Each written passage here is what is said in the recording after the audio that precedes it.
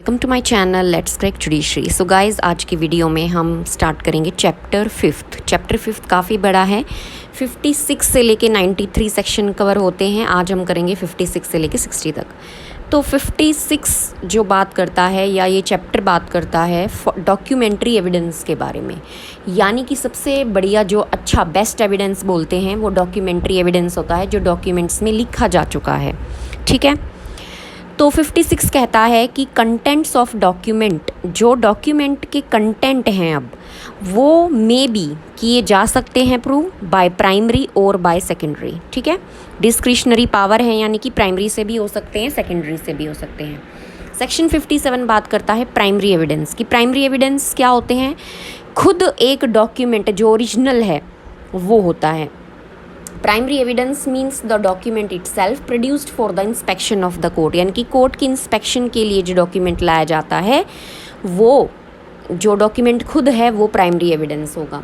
Explanation 1 कहती है where a document is executed in several parts, each part is primary evidence of the document, यानी कि कोई document है उसके कई सारे पार्ट्स हैं तो जो हर पार्ट है वो क्या होगा? प्राइमरी एविडेंस हो जाएगा। एक्सप्लेनेशन 2 कहती है where a document is executed in counter part, counter part में है, यानी कि जो पार्टी उसको बता रही है, जो डॉक्यूमेंट है जिस पार्टी के खिलाफ जाता है, तो where the document is executed in counter part, each counter part be executed by one और some of the parties only, each counter part is primary evidence as against the party executing it. ये मैंने आपको बता दिया, जो भी जिस party का काउंटर पार्ट होगा वो उसके अगेंस्ट में चली जाएगी और ये क्या होगा? प्राइमरी एविडेंस हो जाएगा। एक्सप्लेनेशन 3 कहती है किसी प्रोसेस के थ्रू, मान लो प्रिंटिंग है, लिथोग्राफी है या फोटोग्राफी है, तो उस प्रोसेस से आए हैं तो क्या होगा? प्राइमरी एविडेंस हो जाएगा। Where a number of documents are all made by one uniform process as in the case of printing, lithography, photography, each is primary evidence of the contents of the rest, but where they are all copies of a common original, यानी कि copy हैं, they are not primary evidence of the contents of the original. Explanation 4 कहती है where an electronic और digital record is created और stored, यानी कि कोई जो इलेक्ट्रॉनिक या डिजिटल रिकॉर्ड है वो बनता है, स्टोर्ड होता है, तो ऐसी स्टोरेज जो है कई सारी फाइल्स में है तो वो सभी क्या हो जाएंगी? Primary evidence.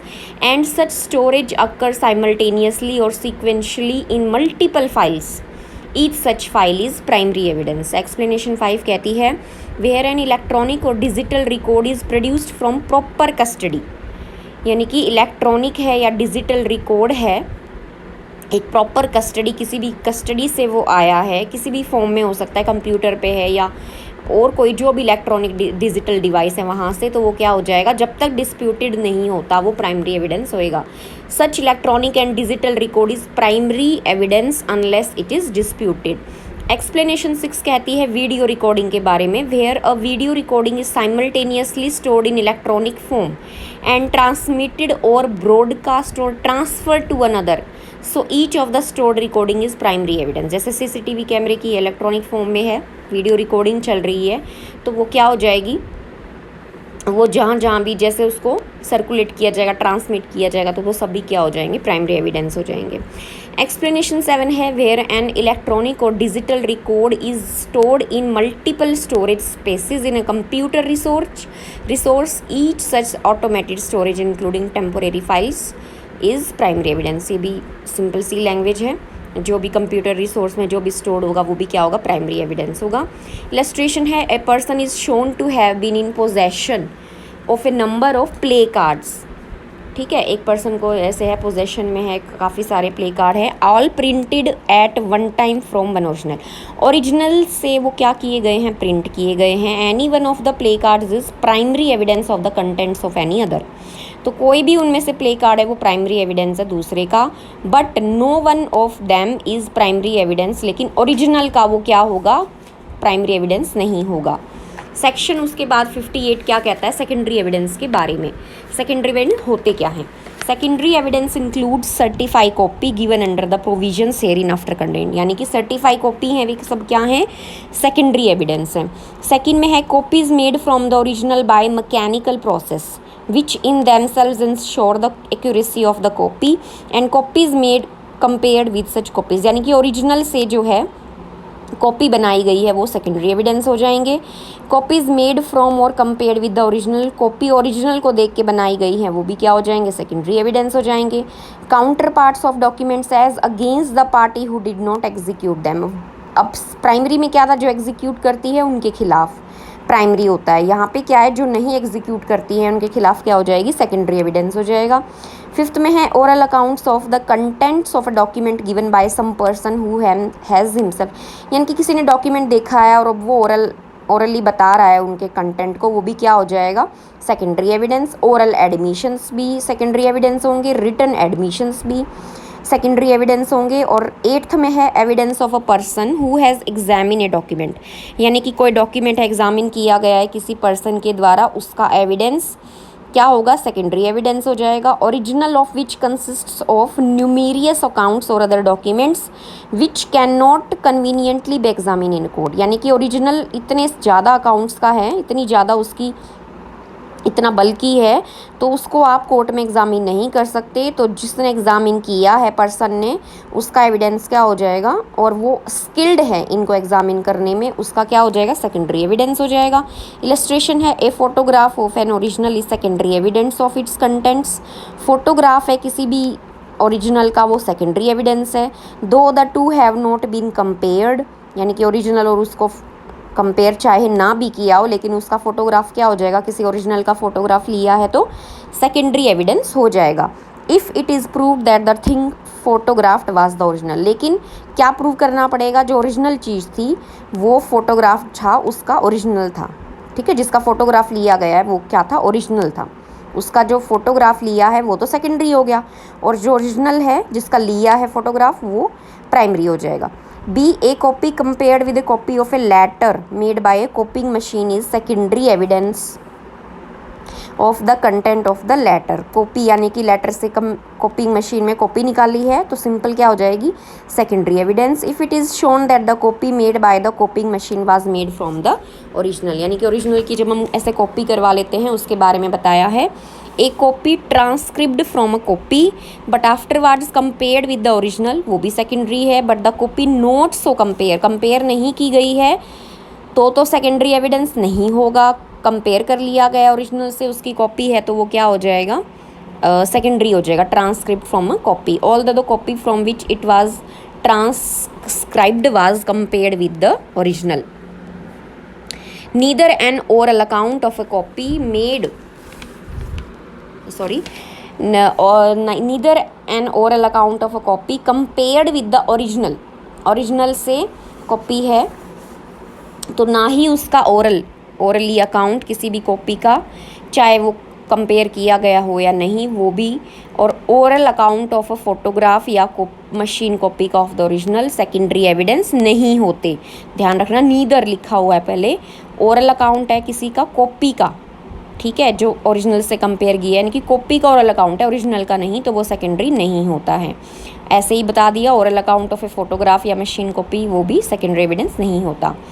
अब बेस्ट एविडेंस आ जाएगा कि भाई proof of documents by primary evidence. Section 59 में documents shall be proved by primary evidence accept in the cases here in after mention, यानी कि बेस्ट एविडेंस होता है प्राइमरी, उसी से आपको डॉक्यूमेंट्स को प्रूव करना होगा। शैल लिखा हुआ है तो मस्ट है, और एक्सेप्शन है आगे कि भाई जो केसेस होंगे उनमें सेकेंडरी भी दे सकते हो, जैसे कि सेक्शन 60 में बताया है cases in which secondary evidence relating to documents may be given.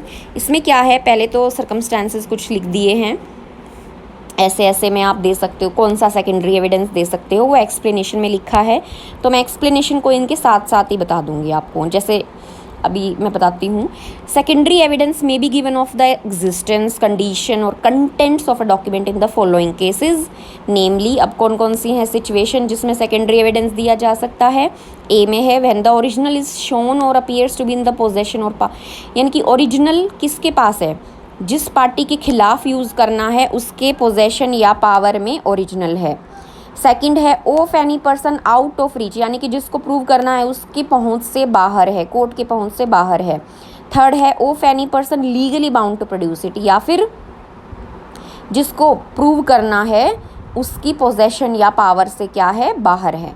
When the original is shown और appears to be in the possession और पावर ऑफ एनी पर्सन, बाहर तो हमने आउट ऑफ रीच में सेकंड में कर लिया, थर्ड में है लीगली बाउंड है प्रोड्यूस करने के लिए, यानी कि कोई ऐसे नोटिस की ज़रूरत नहीं है, जस्ट कि लीगली आपको प्रूव करना है। तो इन सारी केसेस में, तीनों में, when after the notice mentioned in, अब 64 में क्या है, नोटिस के बारे में लिखा गया है, वो हम बाद में पढ़ेंगे।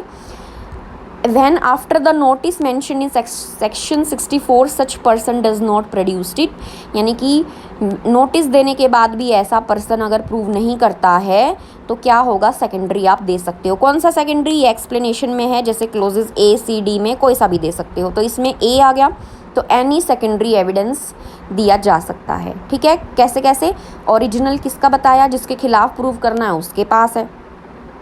अब मैंने प्रूव करना था लेकिन है दूसरी पार्टी के पास, तो मैं सेकेंडरी दे सकती हूँ। पहुँच से बाहर है, मेरी पहुँच से बाहर है, कोर्ट की पहुँच से बाहर है, या फिर दूसरा जो पर्सन है लीगली बाउंड है, उसे लीगली प्रोड्यूस करना ही है। यहाँ पे आप सेकेंडरी कोई सा भी दे सकते हो, यानी कि जो हम 58 में पढ़ के आए, कोई सा भी आप सेकेंडरी एविडेंस दे सकते हो। बी में है व्हेन द एग्जिस्टेंस, कंडीशन और contents of the original have been prove to be admitted in writing by the person, जिसके खिलाफ यूज़ करना है वो राइटिंग में प्रूव करना है उसको, तो इस केस में क्या होगा, केवल रिटन एडमिशन जो है एडमिसिबल हो जाएगा।